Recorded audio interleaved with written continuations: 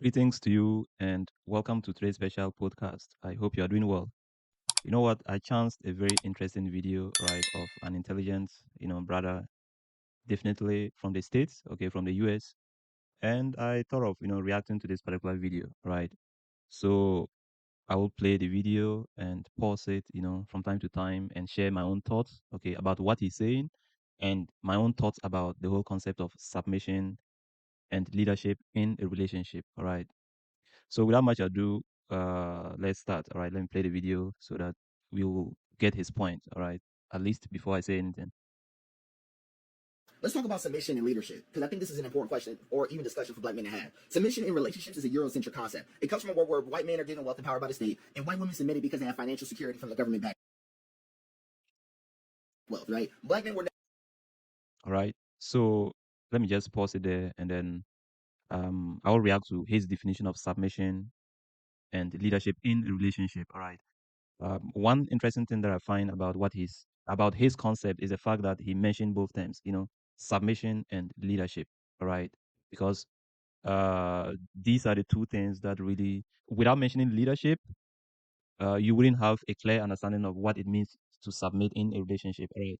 So basically, what he's saying is that okay, let's say before I come back to what he's saying, okay, about submission and leadership in a relationship as it pertains to whites versus maybe blacks, okay, um, let me give my own definition first of all, or understanding of, let's say, submission and leadership in a relationship. All right. So basically, when we say a woman is submissive, it means that that particular woman respects the man's leadership. That's what we mean by simply what? Submission. Submission doesn't mean dominating the woman. All right. Okay. Women, as a matter of fact, lead in their own way. All right. We lead. So it's like we have leadership. One of the leadership is dominant, which is the male leadership. All right. And the other leadership is nurturing. All right. It's passive. All right. So this is how it is. So it's like we have two leadership, and both type of leaderships are needed in a functionable relationship. All right. We can have two captains of the same boat. You get what I'm saying? But it doesn't mean the woman is to be dominated. No, it's only going to follow the leadership of, because she leads in a different way.